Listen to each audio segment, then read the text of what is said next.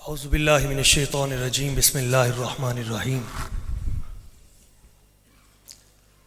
قال اللہ تبارک و تعالی فی کلامہ المجید انما یرید اللہ لیذہب عنکم الرجس اہل البیت ویطہرکم تطہیرا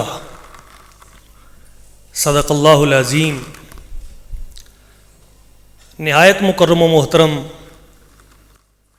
وارث علوم اصحابی کا نجوم، وارث سوز مولا روم، جناب قبلہ مفتی گلزار احمد قادری صاحب نعیمی صاحب، اور ان کے ساتھ تشریف فرما وارث علوم تصوف،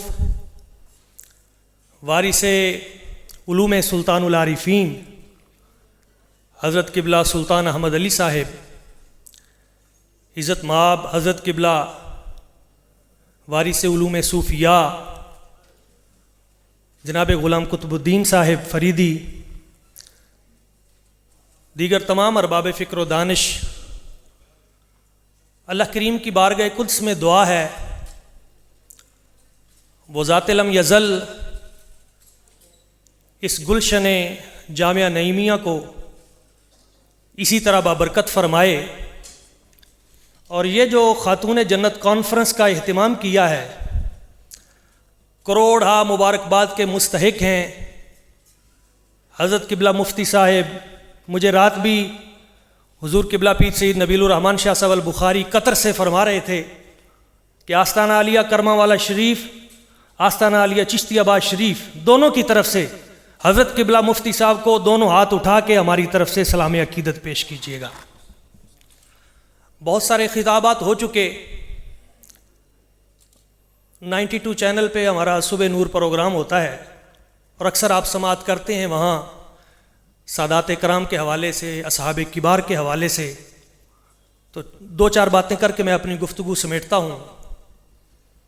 سیدہ طیبہ طاہرہ نفیسہ زکیہ فاطمہ الزہرا سلام اللہ علیہا، آپ کی سیرت طیبہ سے ہمیں بہت سارے جو اسباق ملتے ہیں، ان میں سے پہلا سبق آج کی خواتین کے لیے اور آج کی فیملیز کے لیے مساوات کا درس ہے۔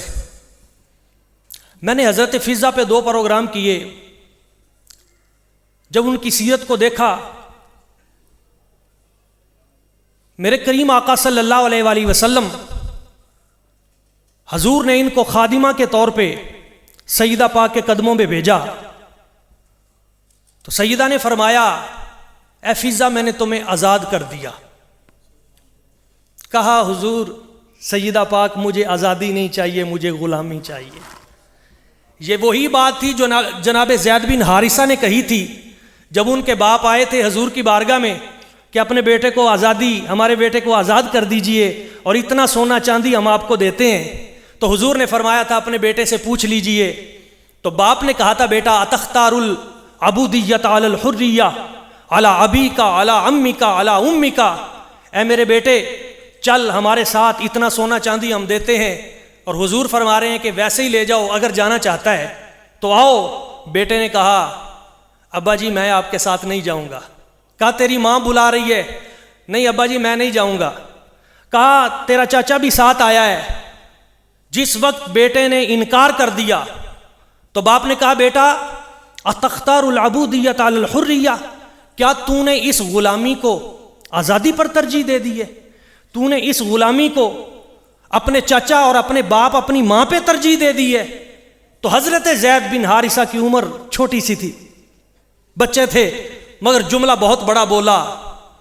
آج اسی جملے کی بازگشت یہاں سنائی دیتی ہے۔ آپ نے فرمایا تھا ابا جی ہذہ العبودیہ افضل من الحریہ، یہ جو در مصطفیٰ کی غلامی ہے یہ آزادی سے بہتر ہے، یہ جو سادات کرام کے در کی غلامی ہے یقین مانیے یہ آزادی سے بہتر ہے۔ حضور نے پوچھا ہے سیدہ اے فضہ بتائیے تم نے گھر کو کیسا پایا میری بیٹی کے ساتھ رہتے ہوئے؟ کہا حضور اس گھر میں مجھے اپنے گھر سے زیادہ یہاں سے محبت ملی ہے، میری قسمت اس سے بڑی کیا ہوگی کہ سیدہ فاطمہ مجھے اپنی بہن کہتی ہیں، امام حسن و حسین مجھے اپنی ماں کہتے ہیں۔ آج کے اس پرفتن دور میں جب برگر فیملیز کے بڑے بڑے عمراء اپنی گاڑیوں کے ڈگی میں ایک ملازمہ اور کتے کو بٹھا کے سفر کر رہے ہوں، تو مساوات کا وہ سبق سیدہ کے در سے ملے گا۔ گھر کی خادماؤں کے ساتھ وہ اعلیٰ حسن سلوک، مساوات کا اور پیغام حیا۔ جب میرا جسم میری مرضی کا نعرہ لگ رہا ہو تو اس وقت سیدہ پاک کی سیرت کا یہ درس اور یہ کانفرنس یہی سبق دیتی ہے۔ آپ نے فرمایا نہیں، جسم بھی اللہ کی عطا سے ہے، مرضی بھی اس پہ اسی کی چلے گی۔ اور آپ کا وہ پیغام حیا تھا کہ جب دنیا سے میں جاؤں تو میرا جنازہ بھی دن میں نہ اٹھانا، رات کی تاریکی میں اٹھانا۔ یہ پیغام ہے سیدہ پاک کا۔ اور خدمت شوہر کے حوالے سے جب نعرے لگ رہے ہوں کہ اپنا کھانا خود گرم کریں، ایسی صورتحال میں سیدہ پاک کی سیرت ہمیں بتاتی ہے کہ نہیں، یہ کام نہیں کرنا۔ اگر تمہارے در پہ آ کے پورے کا پورا مدینہ شریف بھی آ جائے تو تم نے سب کو کھانا گرم کر کے کھلانا ہے۔ یہ سیدہ پاک کا پیغام ہے۔ میرے سرکار نے پوچھا ہے مولا علی شیر خدا، تم نے میری بیٹی کو کیسا پایا؟ ایک جملہ سیرت کا نچوڑ پیش کر دیتا ہے۔ عرض کیا گیا یا رسول اللہ صلی اللہ علیہ وسلم نعم العون علی العبادہ، حضور مجھے جو شریکہ حیات ملی ہے وہ ہمہ وقت عبادت میں میری مدد کرتی رہتی ہے۔ تمام کائنات کی خواتین کے لیے صبر کا پیغام ہے۔ ابھی ڈاکٹر نور اللہ قادری صاحب کہہ رہے تھے اللہ کریم کی ذات انتخاب کرتی ہے۔ حضرت جناب ابراہیم علیہ السلام، آپ جب جناب اسماعیل علیہ السلام کے گھر گئے تھے تو اس بی بی نے آپ کی عدم موجودگی میں، حضرت اسماعیل کی عدم موجودگی میں کہا تھا، جب پوچھا بیٹا تیری زندگی کیسی گزر رہی ہے؟ برے حال ہیں، مر گئے، بھوک پیاس۔ تو آپ نے فرمایا جب حضرت اسماعیل آئیں تو کہنا گھر کی چوکھٹ بدل لے۔ جب آئے تو پتہ چلا حضرت ابراہیم علیہ السلام آئے ہوئے ہیں، کیا پیغام دے کے گئے ہیں؟ وہ فرما رہے ہیں گھر کی چوکھٹ بدل لو۔ آپ نے اس کو چھوڑ دیا، دوبارہ نکاح کیا۔ اب اس بیوی کی موجودگی میں جب حضرت ابراہیم علیہ السلام آئے تو اس نے کیا خوبصورت جملہ کہا۔ حضرت ابراہیم علیہ السلام نے پوچھا کیسی زندگی گزر رہی ہے؟ کہا جی اس سے بہتر زندگی کس کی ہوگی جس کے نکاح میں حضرت اسماعیل جیسی ہستی موجود ہو، مجھے سب کچھ مل رہا ہے۔ تو حضرت ابراہیم علیہ السلام نے فرمایا جب وہ آئیں تو کہنا چوکھٹ باقی رہے۔ کیوں؟ پیغام یہ تھا کہ اس سے وہ ہستیاں جنم لیں گی جن میں حضرت جناب عبداللہ جیسی ہستی، حضرت جناب سیدنا عبد المطلب جیسی ہستی، اور مصطفیٰ کریم صلی اللہ علیہ وسلم حضور جیسی، اور انہی سے پھر حضور سیدہ فاطمہ الزہرا۔ وہ مقام صبر ہے۔ اوپر صبر ہوگا تو نیچے اقدار کی آپ عالمہ ہیں۔ اور میں دو باتیں کر کے اپنی گفتگو سمیٹ دیتا ہوں۔ سیدہ ایک دن بیٹھی ہوئی تھیں، آپ کے ہاں کچھ خواتین آ گئیں اور انہوں نے آ کے جب گفت و شنید کی تو ایک عورت نے کسی اور عورت کی غیبت شروع کر دی۔ جب چغلی کرنی شروع کی تو سیدہ پاک اٹھ کے اندر چلی گئی۔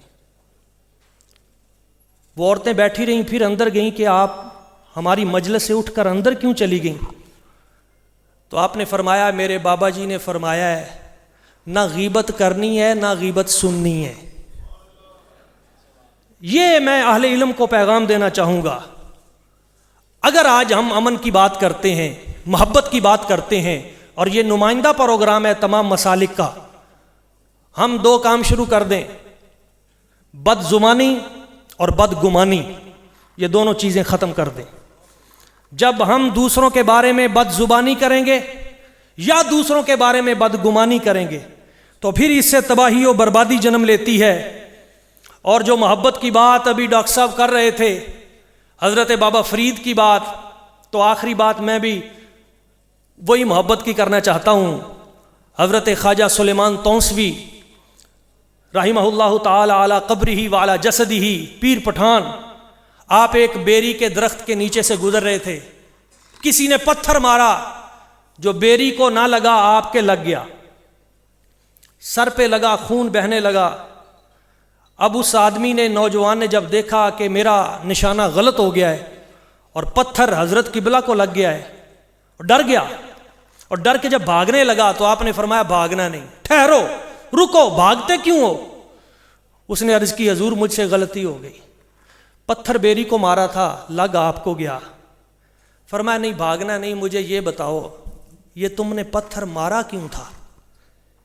اس نے عرض کی حضور میں نے پتھر اس لیے مارا تھا کہ بیری مجھے بیر دے۔ اچھا، فرمایا بیری کے پتھر لگے تو بیری بیر دیتی ہے؟ اس نے کہا جی۔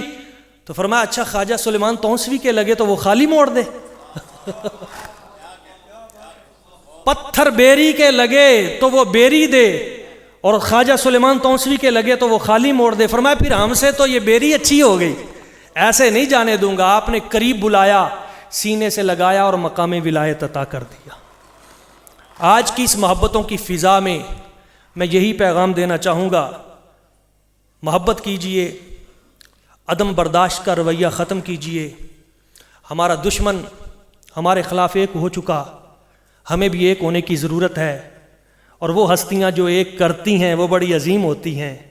میں آخری شعر حضور قبلہ مفتی گلزار احمد نعیمی صاحب آپ کے نام کرتا ہوں، اس دعا کے ساتھ کہ تم جس خواب میں آنکھیں کھولو اس کا روپ امر ہو، تم جس خواب میں آنکھیں کھولو اس کا روپ امر ہو، تم جس رنگ کا کپڑا پہنو وہ موسم کا رنگ ہو، تم جس پھول کو ہنس کر دیکھو کبھی نہ وہ مرجھائے، تم جس لفظ پہ انگلی رکھو وہ روشن ہو جائے، تم جس لفظ پہ انگلی رکھو وہ روشن ہو جائے۔